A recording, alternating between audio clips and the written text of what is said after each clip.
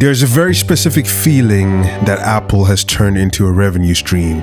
It's the feeling of standing there at the moment that actually matters. Imagine a graduation, a wedding, frantically deleting old screenshots, old videos, trying to free up space, just enough space to record one more minute, while the thing that you wanted to capture is happening right in front of you. That feeling isn't an accident. Someone designed it. Apple has figured out something very smart about human psychology. They know you wouldn't pay for more storage when nothing is happening, but they also know that you will absolutely pay when your phone is full and the moment won't wait. So they built a phone that fills up on purpose. So how did we even get here? Back in 2011, as Steve Jobs walked on the stage and announced iCloud, 5 gigabytes, free for everyone. And honestly, back in 2011, that sounded like a fair deal. The iPhone 4S shot 1080p at 30 frames per second, and no phone at that time was shooting 4K. 5 gigabytes could hold up to an hour of footage, and the promise made sense. Today, every photo you take syncs through iCloud photos, and every single one eats into your 5 gigabytes. They didn't raise the free storage, they removed the exception. And the whole time that was happening, the camera just kept getting better every single year. 1080p became 4K, then 4K at 60 frames per second. The phone in your pocket today shoots footage that required a professional broadcast in 2011. And this is not just an Apple thing. Let's use Google as another example. You see, Google announced the first Pixel phone back in 2016, and they made a promise that sounds like the answer to everything Apple was doing wrong. Free, unlimited, original quality photos and videos backed up to Google Photos for life. Those photos and videos were not compressed when uploaded to the cloud. It was the original full resolution forever. When it first came out, it felt like Google had genuinely solved a problem a lot of people are having, which was backing up things to the cloud free of charge. But I'm sure we all know how that went with the next generation of the Pixel phones. That unlimited original quality ended in January 2021, and year after year, model after model, Google quietly walked back on its promises. The only phone on planet Earth that still has that unlimited original Google quality photos backup is the Pixel 1 from 2016, a 9-year-old phone that almost nobody still has. The company that promised to end storage anxiety took the answer away. You see, this is not a bug. This is a business model where free storage is the hook, the anxiety is the product, and the upgrade prompt is the sale. And this is crazy to me because it runs in 2 tracks at the same time. Your phone fills up, so you buy a bigger model from 64 gigabytes to 128 to 256, or your iCloud fills up, so you pay every month for iCloud forever. Apple gives you 5 gigabytes of free iCloud storage, and let me put that in real terms. If your iPhone is set to record for 4K and 60 frames per second, 5 gigabytes lasts you about 12 minutes of video. 12 minutes. Now, when you drop it to 1080p at 30 frames per second, that same 5 gigabytes gets you 83 minutes. The same phone, same everything. 8 times more video just from changing one setting. This is eating into your iCloud and your phone storage at the same time. It's a double hit, and that's the point. That's what Apple wants. Before I show you the settings, I want to give you one rule that covers everything. I want you to save your 4K video, ProRes videos, and ProRAW pictures for moments that actually matter. 1080p is more than enough because nobody watching a clip on your phone can tell the difference. The camera gives you professional tools, and the mistake is using professional tools for everything. That's what quietly is draining your phone and your wallet. Now let me show you exactly what's going on that setting screen and what I personally use. When you go to settings and then camera and then record video, you can see the full list right there on the screen. Apple actually tells you how much storage each setting uses per minute. At the top, you've got 720p at 30 frames per second. My recommendation would be 1080p at 30. Because that's 60 megabytes per minute. It holds more data in your video, and that's what I use for everything day to day. It's sharp enough for anything that you're going to watch on your phone or share online. It's clean and efficient, even sharing on Instagram. Then it jumps to 4K at 30 frames per second, and that is 170 megabytes per minute, almost 3 times what I use.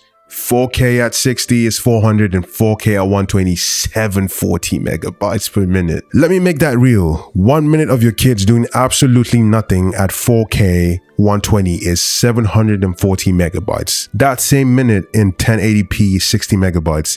12 times more space for a clip you will watch, maybe sent to a family group chat, and never think about it again. And here's what gets me. You will not see the difference on your phone. You won't see it in iMessage. You're not going to see the difference on Instagram. Instagram compresses at the moment you upload it anyways. So my pick is 1080p at 30 frames per second. Looks great.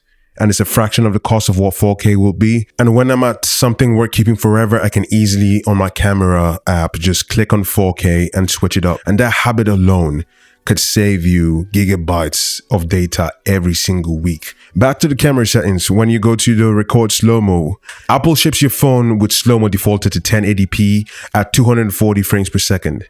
And that costs 480 megabytes per minute.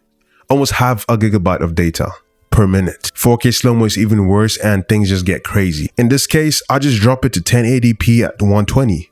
I haven't really seen one person who uses cinematic recording, but if you do, please just use 1080p at 30 frames per second.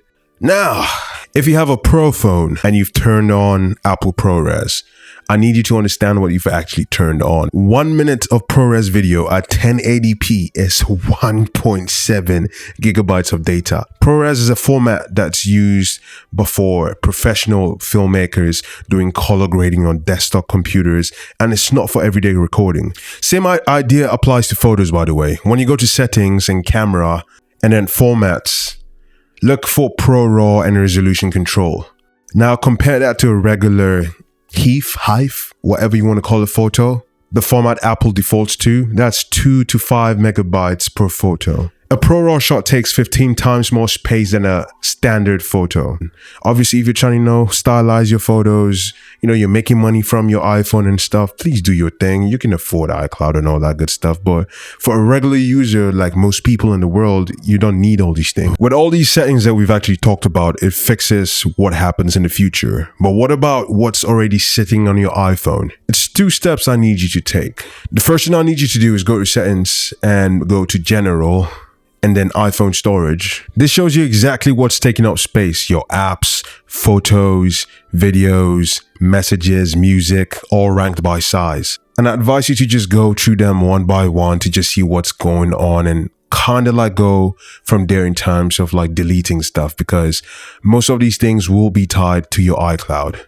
But this is usually for the iPhone storage. If you're trying to do the same thing on iCloud, I advise you to go to settings and click on your name at the very top and then iCloud.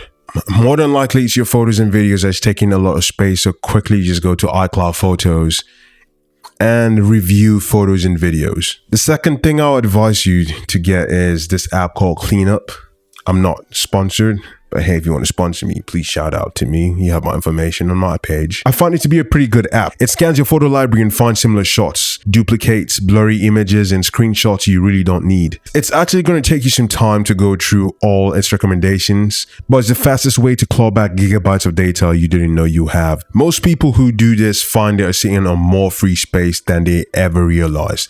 So before you spend another $1 on iCloud upgrades on your phone, I advise you do this first. This one has nothing to do with storage, but it directly affects how long your phone lasts and whether you feel pressured to upgrade sooner than you need to. You need to go to your settings app and then battery health and charging, and then turn on optimized charging. I feel Apple over the years has made this such a good product where I've been using my phone for almost 8 months and I'm still at 100% charging capacity. This has never happened in the history of iPhones that I've been using since the battery gate that happened a few years ago. Usually at this time, I'm already at 95, 96, 90. The best I've seen is 98%.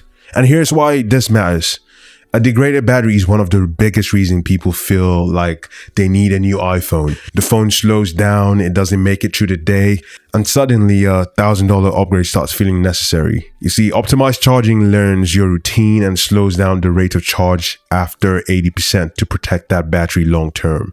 It's a small thing that can buy you 1 or maybe 2 extra years on your current device. So here's what ties all of this together. Apple has two ways of making money off your storage, and both of them are running at the same time. Your camera settings fill up your phone storage. You hit the limit. You upgrade to the 512 gigabytes or 1 terabyte model. That's anywhere from $100 to $400 more at the point of purchase. Second, your camera settings fill up your iCloud. You hit that 5 gigabyte limit. You upgrade to 50 gigs, then to 200 gigs, and now 2 terabytes every month forever. You see, that $10 a month on iCloud doesn't sound like much on its own, but you multiply that by hundreds of millions of people who never change a single camera setting, and that's a multi-billion-dollar business built on a number that hasn't changed since Steve Jobs was alive. I'm not telling you not to pay for iCloud. If you genuinely need it, pay for it. If this saved you some money or some frustrations, all I ask is for you to subscribe. All right, that's it from me.